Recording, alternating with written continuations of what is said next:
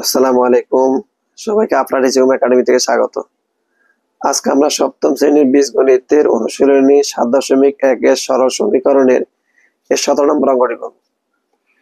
দেখো বলছে সমাধান করো, এটা সমান ১০। এটা কিভাবে করে দেখো, এই অংশটুকু এটার সাথে গুণ আছে, x+3 গুণ আছে, এটা ভাগ হয়ে এখানে পার করে দাও। দেখো এই অংশটুকুর সাথে 2টা গুণ আছে, ভাগ হয়ে এখানে পার করে দিলাম আমরা।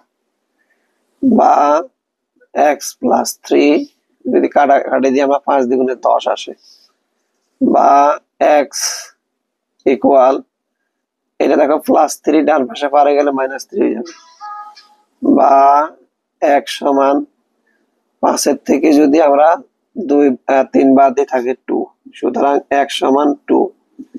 নির্ণেয় সমাধান x সমান 2। দেখো এই অঙ্কটি ভিন্নভাবে করা যায়। তুমি যদি এই 2 কে x দ্বারা গুণ করলে 2x হবে, 2 কে 3 দ্বারা গুণ করলে 3 দুগুণে 6 হবে। সেটাকে তুমি পক্ষান্তর করে সেইভাবে করা যাবে। আরো করা যাবে, কয়েকটা নিয়ম এটা করা যাবে। তুমি উভয়কে 2 দ্বারা ভাগ করতে পারো, সেটাও করা যাবে।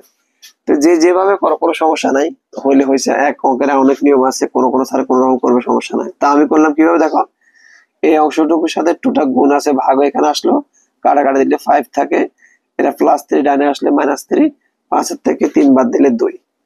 আমি একটু একেবারে সহজ নিয়মে করে দিলাম। আশা করি বুঝতে পারছো। আজকে এই পর্যন্ত, অন্যদিন অন্য কোনো অঙ্ক নিয়ে হাজির হবো। ততক্ষণ ভালো থাকো।